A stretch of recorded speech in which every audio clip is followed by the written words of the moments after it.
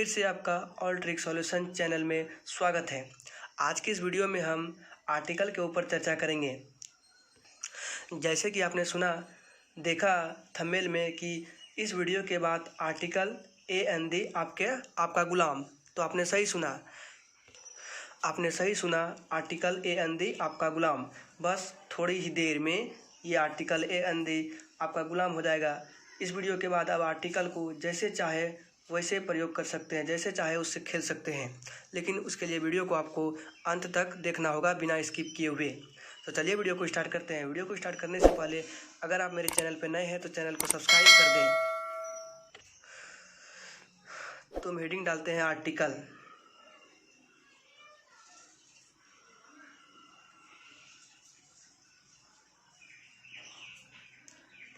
AN और the.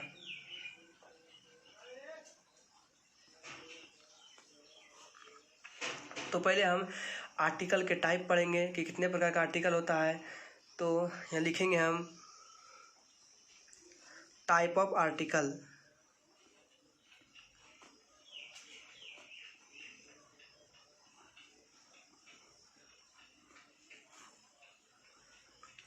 तो article का दो टाइप होता है। पहला होता है डेफिनिट आर्टिकल और फिर दूसरा होता है इनडेफिनिट आर्टिकल। तो पहला हम देखते हैं डेफिनिट आर्टिकल।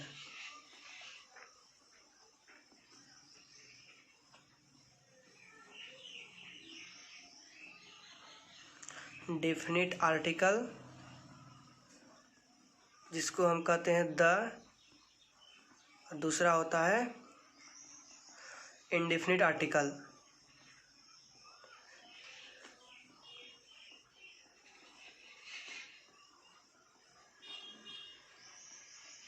जिसको हम कहते हैं ए और एन। तो हम डेफिनिट आर्टिकल के परिभाषा को देखते हैं।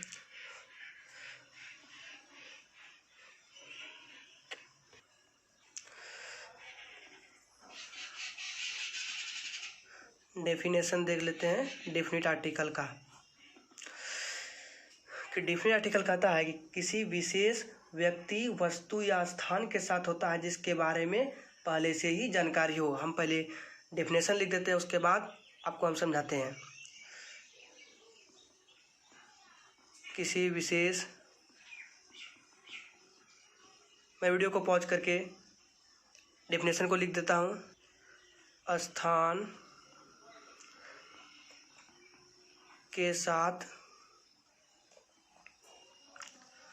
होता है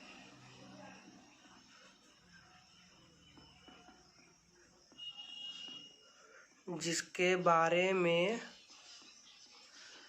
पहले से ही जानकारी हो। पहले से ही जानकारी हो। और दूसरा देखते हैं इनडेफिनिट आर्टिकल। पहले हम डेफिनेशन को देख लेंगे, उसके बाद आपको समझाएंगे। कि डेफिनेशन लिखेंगे उसी के बाद आपको समझ में आएगा। डेफिनेशन से एग्जांपल भी देंगे और डेफिनेशन को अच्छी तरह भी समझाएंगे। डेफिनेशन लिखने के बाद आपको समझाते हैं। दूसरा है इनडेफिनिट आर्टिकल, इसका डेफिनेशन देख लेते हैं।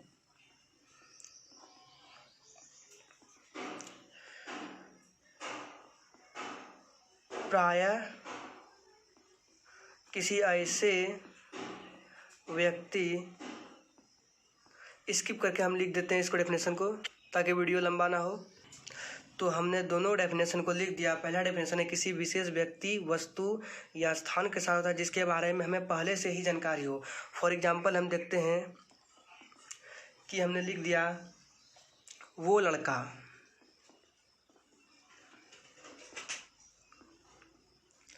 वो लड़का का मतलब क्या है? वो लड़का हम कब कहते हैं? कि जब हम उसको पहले से जानते हैं तभी ना वो लड़का कहते हैं। जैसे कि आप कहीं जा रहे थे और किसी ने आपको पीट दिया, तो आप घर आए, गार्जियन को लेके गए और वही लड़का को देख के आप क्या बोलते हैं कि वो लड़का, उस लड़के ने हमको पीटा। तो वो लड़का हम कब बोलते हैं? जब हमको पहले से ही पता है कि उसने मेरे साथ क्या किया है या हम उसके बारे में जानते हैं। वही होता है डेफिनिट आर्टिकल, जिसमें द का प्रयोग करते हैं। दूसरा एग्जाम्पल डेफिनिट आर्टिकल का है।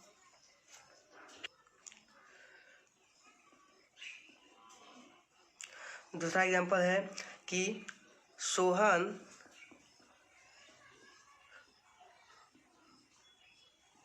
दरवाजे पर है।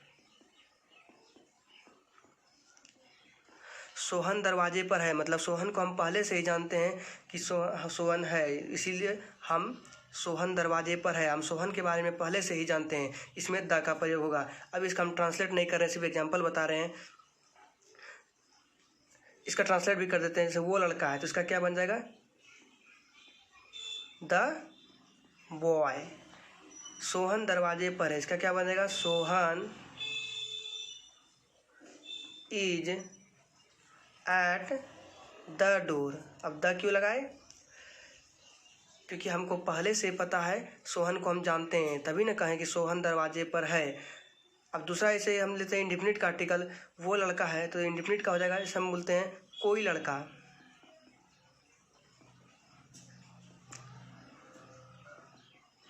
वो लड़का हो गया डिफिनिट का और कोई लड़का हो गया इंडिफिनिट का। तो कोई लड़का, हम कोई लड़का कब कहते हैं, उसके बारे में हमको पता नहीं है, तभी कहते हैं कि कोई लड़का, हमको उसके बारे में पता नहीं है। इसका हो जाएगा अ बॉय, क्योंकि इंडिफिनिट आर्टिकल ए और एन होता है, इसलिए ये इंडिफिनिट आर्टिकल है और ये डिफिनिट आर्टिकल है। सोहन दरवाजे पर है, ये डिफिनिट है। अब इसका मैं इंडिफिनिट बताता हूँ। इसका इंडिफिनिट हो जाएगा कि कोई सोहन दरवाजे पर है। कोई सोहन दरवाजे पर है, मान लीजिए हम घर में बैठे हैं, हम अपने भाई के साथ बैठे हैं कि और उधर से गेट खटखटाने का आवाज़ आया, तो हम गेट खोल के देखते हैं और मेरे भाई ने पूछा कि कौन है, तो हम क्या बोलते हैं, कोई सोहन दरवाजे पर है। मतलब सोहन जो है वो मेरे भाई का फ्रेंड होगा या कुछ रिलेशन होगा उससे, तभी ना बोले हम गेट पे जाके कि कोई सोहन दरवाजे पर है। तो हम सोहन के बारे में नहीं जानते हैं। इसमें क्या है, सोहन दरवाजे पर है मतलब सोहन को हम जानते हैं। आप कोई जैसे लगा दे, कोई सोहन दरवाजे पर है मतलब हम सोहन को नहीं जानते हैं। तो इसका क्या हो जाएगा, इसका हो जाएगा सोहन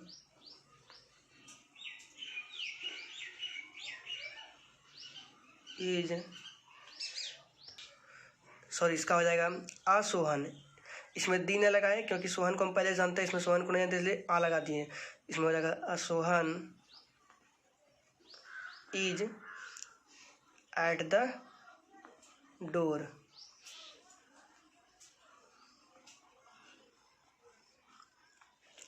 जैसे वो लड़का, हम वो लड़का को जानते हैं तब लगा दिए द बॉय। कोई लड़का, हम कोई लड़का कहें कब, जब उसको हम नहीं जानते तो उसमें ए लगा देंगे। सोहन दरवाजे पर है, उसके बारे में जानते हैं तो इसमें द नहीं लगाए, Sohan is at the door. अब कोई सोहन दरवाजे पर है मतलब कोई कब कहेंगे, जब उसके बारे में हम नहीं जानते, तो आ लगा दिए।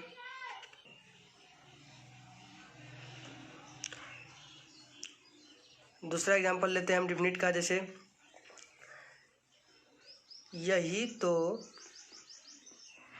पेन है जिसके बारे में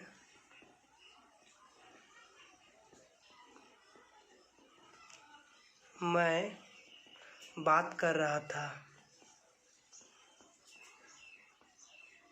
अब इसमें देखिए ये कौन सा डिफिनिट आर्टिकल है, इंडिफिनिट आर्टिकल है। अब सोच के बताइए क्या है, यही तो पेन है जिसके बारे में बात कर रहा था। मतलब पेन मेरा, हम पेन के बारे में पहले से ही जानते हैं, तब ना कहीं यही तो पेन है जिसके बारे में मैं बात कर रहा था। इसमें तो इसमें द का प्रयोग होगा। किसमें द का प्रयोग होगा, पेन में।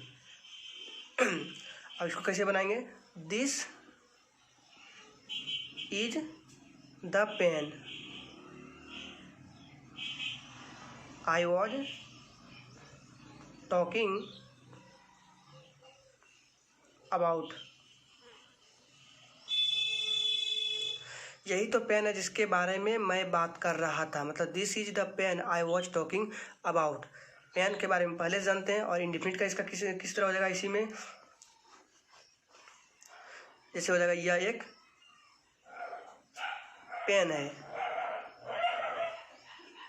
मार्केट गए हम, पेन दुकानदार निकाला तो हम उसको क्या बोलते हैं, दोस्त को जैसे पूछेगा ये क्या है तो हम बोलेंगे यह एक पेन है। तो इसको पहले से नहीं जानते हैं हम, अभी इसको नया पेन को खरीदे हैं। ये इसका ये सेंस नहीं कि हम पेन को जानते हैं। मतलब कोई नया टाइप का पेन आया तो हम क्या बोलेंगे उसको, यह एक पेन है। तो इसमें लगेगा, ये हो गया इंडिफिनिट आर्टिकल। तो इसको कैसे बनाएंगे, दिस इज ए पेन। हम एक बार फिर से आपको समझा देते हैं कि आर्टिकल दो टाइप का होता है, definite article, indefinite article. Definition क्या है? किसी विशेष व्यक्ति, वस्तु या स्थान के साथ होता है जिसके बारे में हम पहले से ही जानकारी हो। मतलब कोई ऐसा वस्तु हो या स्थान हो जिसके बारे में हम पहले से ही जानकारी हो। जैसे हम बोलेंगे पटना, तो पटना क्या है? पटना को हम पहले से ही जानते हैं, तो वहाँ डी का प्रयोग होगा। और दूसरा है किसी ऐसे व्यक्ति, वस्तु, स्थान जिसके बारे में पहले से ही जानकारी ना हो। मतलब कोई चीज़ ले लीजिए कि जैसे कोई कुछ चीज़ ले लीजिए कि हम कहीं गए, वहाँ पे देखे बहुत सारा सामान पड़ा हुआ था, तो हम उसको बोल दिए कि बहुत सारा सामान था। कोई हमको पूछा कि वहाँ क्या था, हम जहाँ गए थे, तो हम क्या बोलेंगे उसको कि वहाँ बहुत सारा कुछ सामान था। तो हम उसके बारे में हम पहले से नहीं जानते, तो वहाँ गए तब पता चला, तब उसमें वो इंडेफिनिट आर्टिकल हुआ, उसमें ए एन का प्रयोग हुआ। दी का प्रयोग हम पहले से ही जानते हैं। इसमें हम देखेंगे ए और एन कहाँ लगेगा। दी का प्रयोग आप जान गए कहाँ लगेगा। दी का प्रयोग वही लगेगा हम जिसके बारे में पहले से जानकारी हो। अगर आप आर्टिकल को अच्छी तरह पढ़े होंगे, हमने सिर्फ इस वीडियो में आपको ये बताने का प्रयास किया है कि डिफिनिट आर्टिकल और इंडेफिनिट आर्टिकल क्या है, कहाँ पर द लगेगा, कहाँ पे ए एन लगेगा। मैंने ये नहीं बताया था कि द का प्रयोग कहाँ कहाँ होगा। हमने सिर्फ इसमें बताया कि द कहाँ लगेगा और ए एन कहाँ लगेगा। तो द कहाँ लगेगा? किसी विशेष व्यक्ति, वस्तु, स्थान के साथ होगा जिसके बारे में पहले से ही जानकारी हो। कोई भी आप मान लीजिए सेंटेंस बना रहे हैं, आप सेंटेंस बनाना जानते हैं, आप उसमें कंफ्यूज हो रहे हैं कि द कहाँ लगाएं कि ए एन कहाँ लगाएं, तो आप सेंटेंस को पढ़िएगा कि उसके बारे में पहले से पता होगा तो उसमें द लगा देंगे। अगर जिसके जो सेंटेंस बना रहे हैं उसके बारे में आपको पता नहीं है तो उसमें ए एन का प्रयोग लगा देंगे। अब हम देखेंगे यूज ऑफ ए एन। ए और कहाँ लगेगा और एन कहाँ लगेगा, इसको क्लियर करते हैं।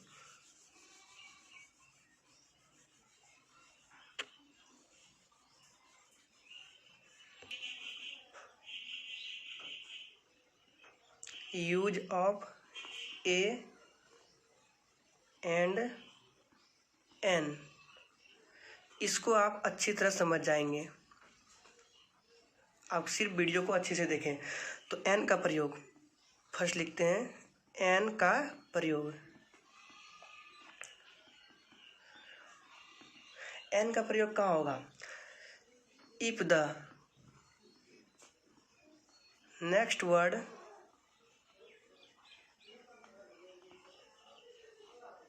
starts with a vowel sound। मतलब अगर हिंदी में लिख देते हैं, अगर शब्द की शुरुआत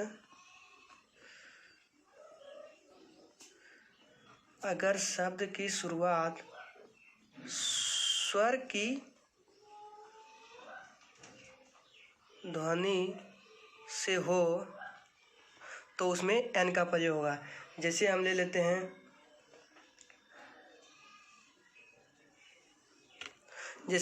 घंटा को क्या कहते हैं? आवर। तो हम उसको ए आवर बोलेंगे या एन आवर। जैसे हमने लिखा 1 घंटा, तो इसमें ए आवर होगा या एन आवर होगा। तो हम आवर को पहले हिंदी में लिखेंगे कि क्या होता है, आवर, ऐसे होता है। तो आवर का क्या है? आ है, आ क्या है? स्वर है, तो इसमें क्या लग जाएगा? एन हो जाएगा। तो ये सही होगा, ये गलत हो जाएगा। दूसरा जैसे हम लेते हैं ऑनेस्ट, ले लेते हैं, मतलब ईमानदार।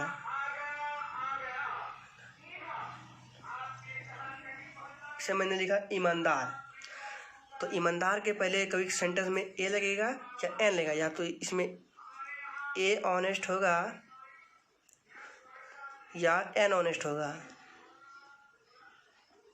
इसको कैसे देखेंगे? हम ऑनेस्ट को पहले लिखेंगे, ऑनेस्ट का पहले हम उच्चारण करते हैं, ऑनेस्ट। इसको कैसे लिखते हैं? Honest.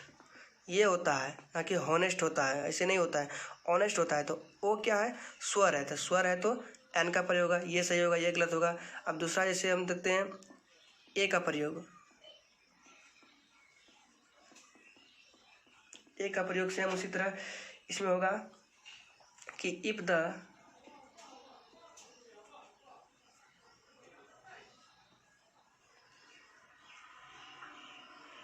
Next word starts with a consonant sound. For example इसका देखते हैं। इसमें एग्जाम्पल होगा, जैसे हम बोलेंगे ए यूनिवर्सिटी, तो ए यूनिवर्सिटी होगा या एन यूनिवर्सिटी होगा। पहले हम लिख देते हैं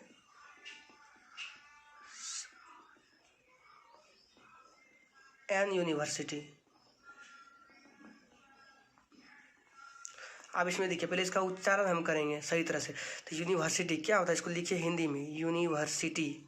तो यूनिवर्सिटी इसका क्या है, यो आया। यो क्या है, व्यंजन वर्ण है, कॉन्सोनेंट है, ये वॉवेल नहीं, स्वर नहीं है, तो इसमें लग जाएगा ए का प्रयोग, एन का नहीं होगा इसमें। दूसरा एग्जांपल है, इधर बताते हैं। दूसरा एग्जांपल है ए यूनियन होगा या एन यूनियन होगा। अब इसको खुद से बताइए। तो यूनियन को पहले हिंदी में लिखेंगे यूनियन। तो इसमें शुरू में क्या है, यो आया, तो यो तो व्यंजन कॉन्सोनेंट है, इसमें ए होगा, एन नहीं होगा। दूसरा इसे अपेन, कलम में क्या ए लगेगा या एन लगेगा। कलम में अपेन होगा या एन पेन होगा। ये ए पेन होगा, क्यों, क्योंकि पेन को लिखेंगे तो ये प व्यंजन वर्ण है, इसलिए इसमें अ पेन होगा। जैसे हम लिखेंगे साल, साल को क्या कहते हैं, ईयर कहते हैं। वर्ष को क्या कहते हैं, हम ईयर कहते हैं। तो इसको आ ईयर होगा या एन ईयर होगा। अब ईयर को ऐसे लिखते हैं, ऐसे नहीं लिखा था ईयर को। ईयर को हम ऐसे लिखते हैं ईयर, ऐसे लिखेंगे ईयर को। तो ईयर शुरू में, तो ये ए ईयर होगा, एन ईयर नहीं होगा। अब कुछ वर्ड ऐसा है, जैसे हम लिखते हैं एमएलए। एमएलए में क्या लगेगा, आप सोच रहे हैं यहाँ एम है, एम का मतलब मोह होता है, व्यंजन। ऐसा नहीं है।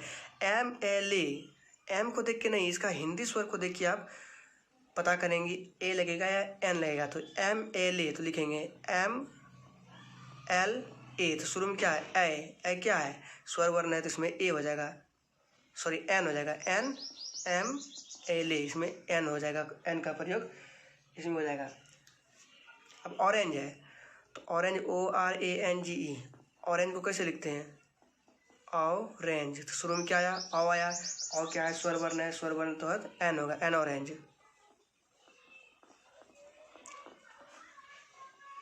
आई होप ये वीडियो आपको अच्छा लगा होगा। अगर वीडियो अच्छा लगा तो एक लाइक ज़रूर कर दीजिएगा। आगे की टॉपिक में हम देखेंगे कि कहाँ पे द बोलेंगे और कहाँ पे दी बोलेंगे। बहुत सारा होता है, बोल देते हैं द आर्टिकल, जैसे हमने यहाँ लिखा है द आर्टिकल।